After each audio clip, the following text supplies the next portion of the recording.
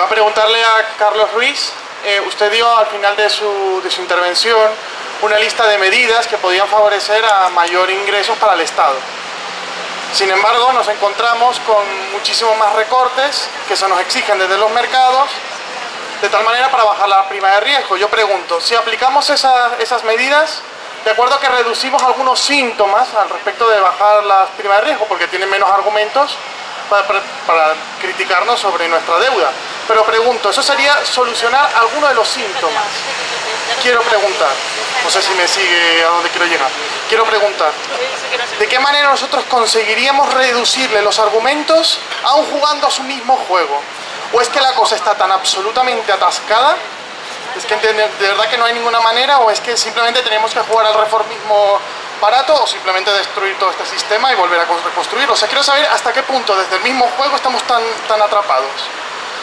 Ustedes sus argumentos. Bueno, obviamente esto es lo que llaman la pregunta del millón, porque es muy difícil dar una respuesta correcta. Yo voy a decir lo que pienso.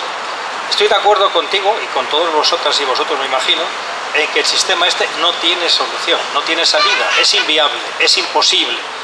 Pero hasta que se derrumbe, y tenemos que hacer todo lo posible porque se derrumbe, vamos a intentar que sufran menos, lo menos posible, los más vulnerables, y que entonces, por ejemplo, no se recorten tan brutalmente los gastos y que paguen más los que más tienen. Dinero hay muchísimo. Lo que pasa es que no se acude a donde está, sino que se va a lo que es más fácil.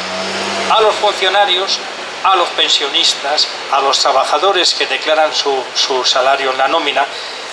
Entonces, es cierto que estas medidas que aquí habla el profesor Navarro son medidas reformistas. Totalmente de acuerdo. No son revolucionarias.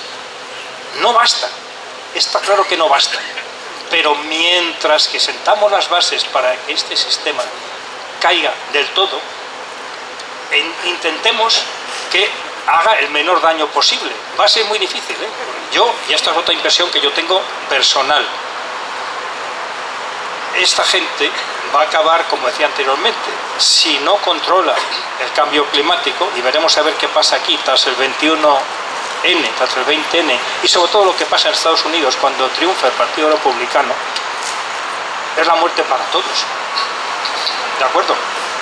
Pero al menos que no ocurra como en el Titanic, que solo se salven los de primera clase, que también los de tercera clase tengan alguna oportunidad.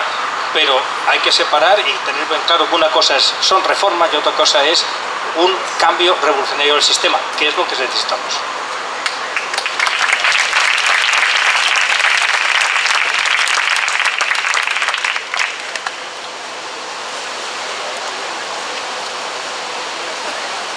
Gracias. Mi pregunta también es para usted, Carlos Ruiz. Habló antes entre las posibles soluciones de una, a lo mejor no lo tengo bien anotado, armonización y coordinación de las políticas económicas entre los distintos países europeos. Hablo desde la total ignorancia, pero supongo que cada país tiene sus propias características económicas. Entonces, si me puede concretar un poco más a qué se refiere con esa armonización y coordinación.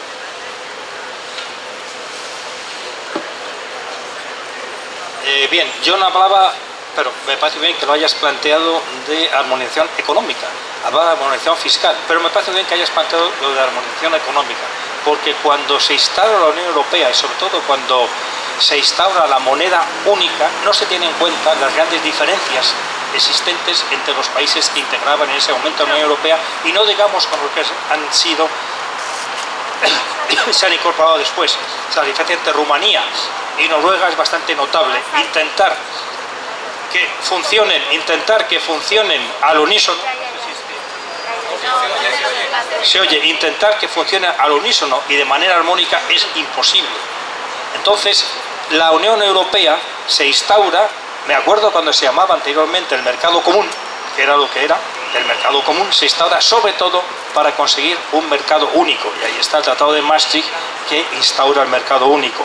Y cuando se introduce la moneda única era una barbaridad, porque siendo las políticas fiscales, ya estoy hablando de fiscal, o sea, impuestos, tan distintas entre los países que integraban la Unión Europea, el que perdieran la soberanía monetaria, o sea, la soberanía, perdón, sí, monetaria, que no pudieran devaluar o revaluar la moneda de acuerdo con las necesidades que tuvieran, era un crimen.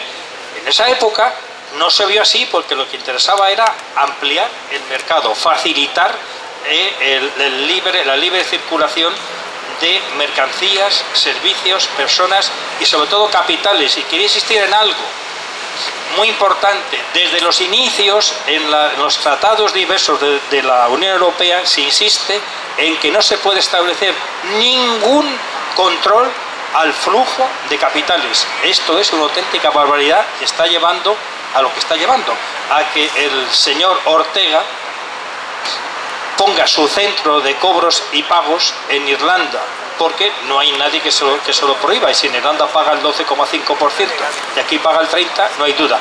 Entonces, cuando hablamos de armonización fiscal, es que Irlanda no tenga 12,5%, aquí el 30%, y en Rumanía tengan el 10%, sino que exista unos impuestos sobre sociedades que sean los mismos, que exista un salario mínimo que sea igual. O sea, esto es lo que hablamos de armonización fiscal, y mientras esto no se consiga, está claro que los países van a jugar a la competitividad, a la competencia fiscal, para atraer las inversiones. Fijaros que cuando a Irlanda se le impone el plan de ajuste, a pesar de lo duro que es el FMI, Jorge, a pesar de lo duro que es, dice Irlanda: yo no cambio mi política fiscal. Y se lo admite, y se lo permite. ¿Por qué? Porque a las empresas capitalistas les interesa que haya un sitio donde puedan pagar el 12,5%. O sea que la dureza depende. O sea, no es lo mismo Grecia que Irlanda, no es lo mismo Alemania, que puede hacer lo que le venga en gana y no va a haber ningún tipo de castigo, como ya lo han hecho. Sabéis que Francia y Alemania han vulnerado 80 veces el Tratado de Maastricht y no ha ocurrido nada. Pero claro, si lo vulnera Grecia, o España, o Italia o Portugal, son pigs, o sea, cerdos. Entonces hay que ir contra ellos. Entonces, obviamente hay que luchar por la armonización fiscal.